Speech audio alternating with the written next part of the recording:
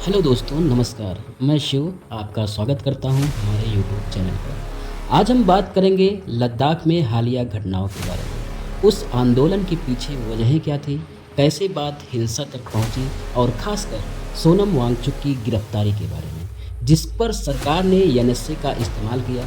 सबसे ज़रूरी प्रश्न यह है, क्या सोनम वांगचुक देशद्रोही हैं? इस वीडियो में हम शांतिपूर्ण तरीके से तथ्य और संवैधानिक दृष्टि से पूरे मामले को समझेंगे। सबसे पहले यह जान लें कि लद्दाख क्या है और यहाँ की मुख्य समस्या क्या बनी हुई है। लद्दाख एक हिमालयी क्षेत्र है जिसे अगस्त 2019 में जम्मू कश्मीर से अलग करके केंद्र शासित प्रदेश बनाया गया था। इस बदलाव के बाद कई लोगों ने कहा कि लद्दाख के लोगों की स्थानीय पहचानों और पारंपरिक अधिकारों की सुरक्षा के उपाय पर्याप्त नहीं हैं।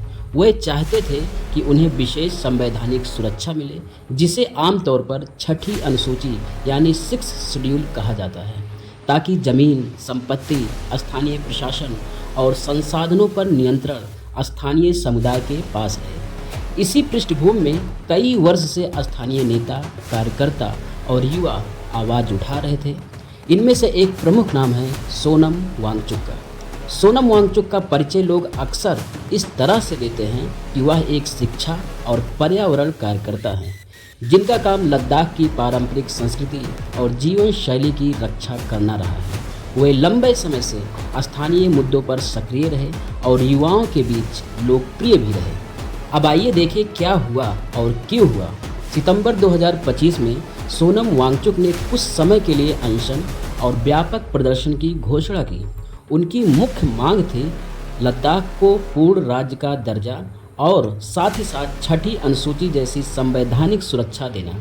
ये मांगें अनलोड नहीं थी, ये स्थानीय लोगों के राजनीतिक अधिकारों और जमीन संसाधनों की सुरक्षा से जुड़ी हुई थी।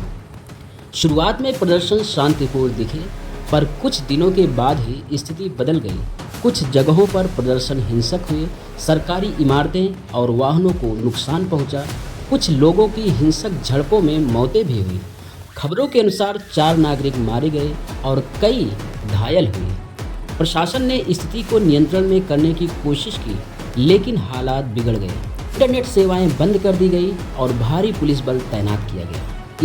इसी दौरान सरकार ने सोनम वांगचुक पर कार्रवाई की और उन्हें गिरफ्तार कर लिया गया। खास बात तो यह है कि उन पर राष्ट्रीय सुरक्षा अधिनियम यानी एनएसए लगाई जाने की घोषणा हुई।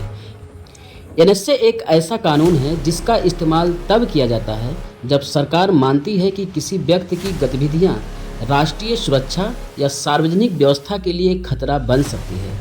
इस कानून के तहत व्यक्ति को तुरंत हिरासत में लिया जा सकता है और सामान्य मुकदमेबाजी की प्रक्रिया कुछ अलग तरीके से चल सकती है। अब हम सीधे सीधे उस महत्वपूर्ण सवाल पर आते हैं, क्या एनएसए लगाना सही था?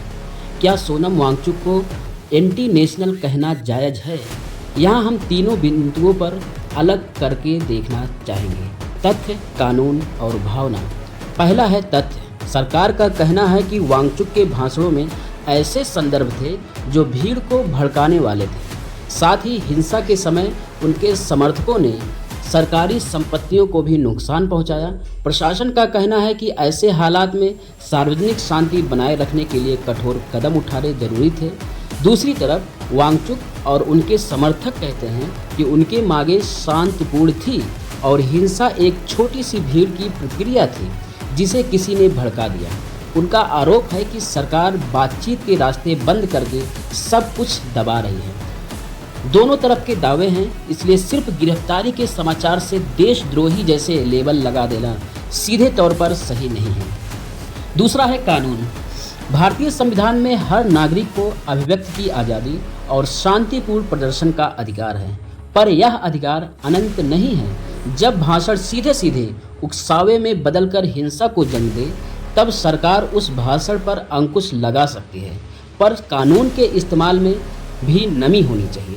यानी सरकार को साबित करना होगा कि वांगचुक के भाषण और कार्यों के बीच सीधा संबंध था और साधारण आपराधिक धाराओं से मामला संभाला नहीं जा सकता था।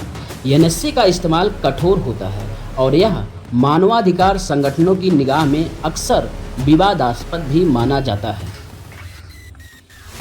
तीसरा, भावना और लोकतंत्र। लोकतंत्र में असहमति और विरोध स्वाभाविक है।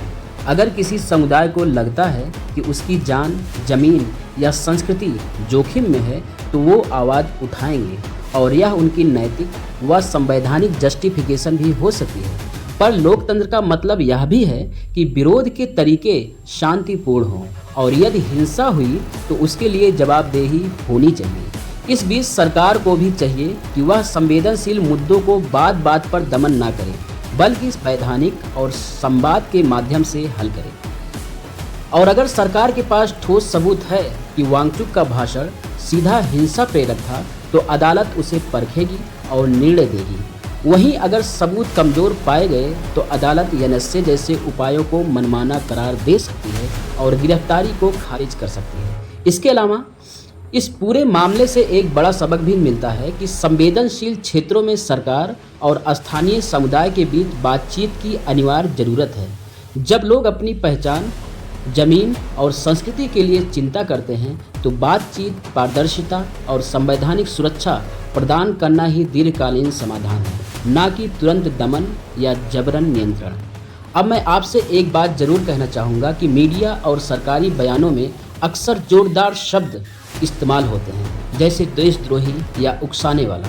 ऐसी रस्मी भाषा में फंसने से पहले हमेशा ठंडे दिमाग से प्रमुख तथ्यों को देखें। क्या हिंसा और वाद विवाद का कारण क्या था? क्या बातचीत हो सकती थी? क्या सबूत न्यायालय के सामने रखे जा चुके हैं? यही कारण है कि हम सभी को संयम रखना चाहिए और कानून के अनुसार फैसला होने तक निष्कर्ष पर कूदना नहीं चाहिए। दोस्तों, अगर आप इस विषय पर और गहराई से जानना चाहते हैं, जैसे एनएसए का इतिहास क्या है, कोर्ट ने पहले किन मामलों में क्या कहा है और इस तरह के आंदोलनों का अंतर्राष्ट्रीय नियमों के अनुसार क्या दायरा है, तो मैं अगली वीडियो में इस विश्लेषण को लेकर आ सकता हूँ। कमेंट में बताइए कि आप किस पहलू पर ज़्यादा वीडियो चाहते हैं, कानूनी विश्लेषण, इतिहास या स्थानीय लोगों की बातचीत।